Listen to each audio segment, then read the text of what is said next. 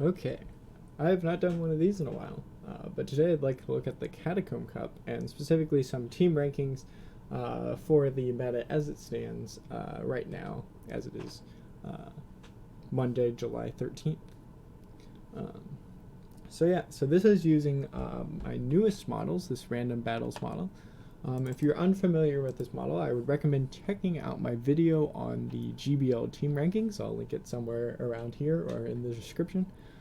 And that gives a broad overview as to what this model does and how random battles work. So today, I'm going to be ranking these teams using pretty much just that model.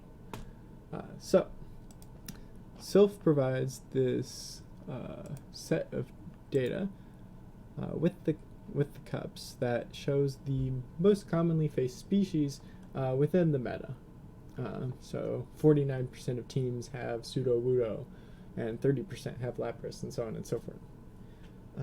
And this is very useful information. It shows us what the shape of the meta is at any particular point in time.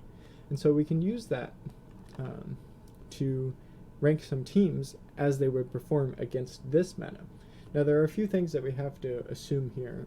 For instance, we have to assume that they're independent.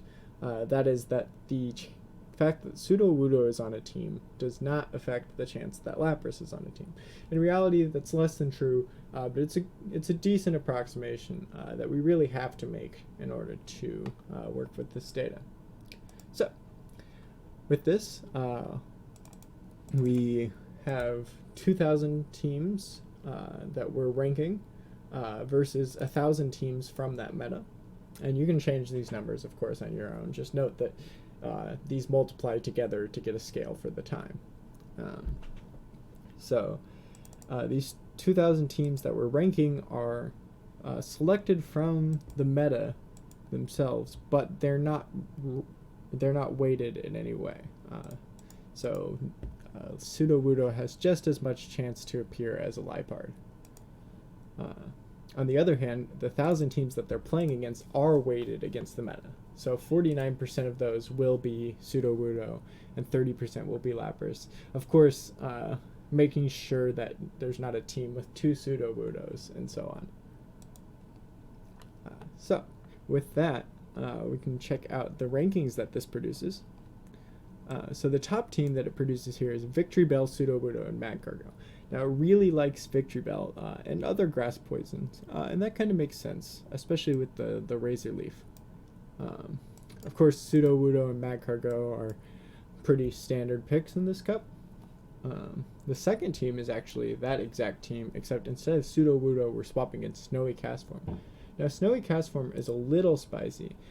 It only appears 1% in the cup, and I think most of that is due to availability.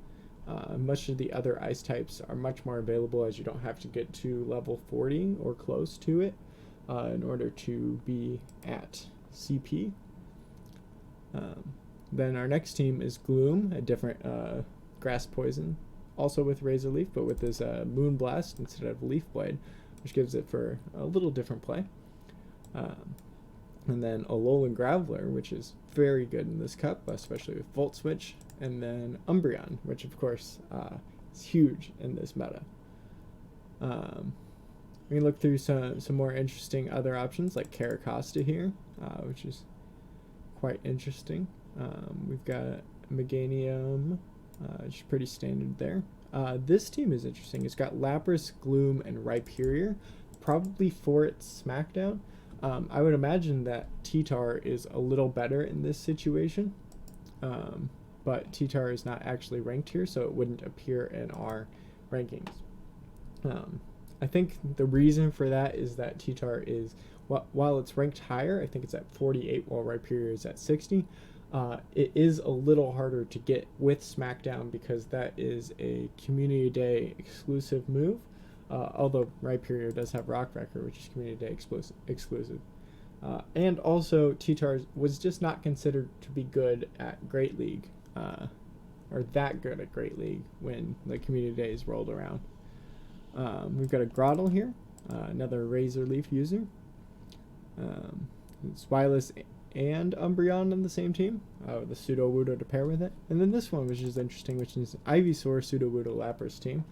Another Grass Poison, this time with Vine Whip. Choosing Ivysaur over Venusaur, which is just interesting. And then perhaps the spiciest pick here is Wireless Aerodactyl and Gloom. I'm surprised Aerodactyl appears on these rankings, but it's got to be pretty good against the bugs. So it appears at 1%. But yeah, got some Drapions, lots of Drapions, but that's a pretty common pick. Lots of Beedrills, another common pick. Super into Magcargo and Zweilous. Yeah. So this is kind of a tool that I use to construct my teams. I'll look through this and say, all right, if I want Victory Bell, Sudowoodo, Magcargo, what things can I pair with that kind of help it out? And I think for here, Snowy Castform, is a clear contender because it can pair with the original team and just swap out the Sudowoodo, which is a very nice property. Note that these aren't incredibly highly ranked teams. I mean, 54% is the best win percentage here. So these aren't going to run over the meta in any means, but it's a decent idea as to what could be good in the meta itself. Additionally, I've also set this up so that you can do it yourself in this Google Colab notebook, which of course the link will be in the description, and you can check it out and run it on your own computer. It doesn't use your computational resources, so any computer should run about the same, which is 21 minutes or so. But yeah, so you'll get different results because there's some randomness involved. If you increase these numbers enough, you'll get pretty self-consistent results. But again, that just takes a lot more time. For this one, we got a Grass Poison lead, as was the case last time. Magcargo, also pretty common, and then Lapras here in the lead, and that actually has a 55% win percentage.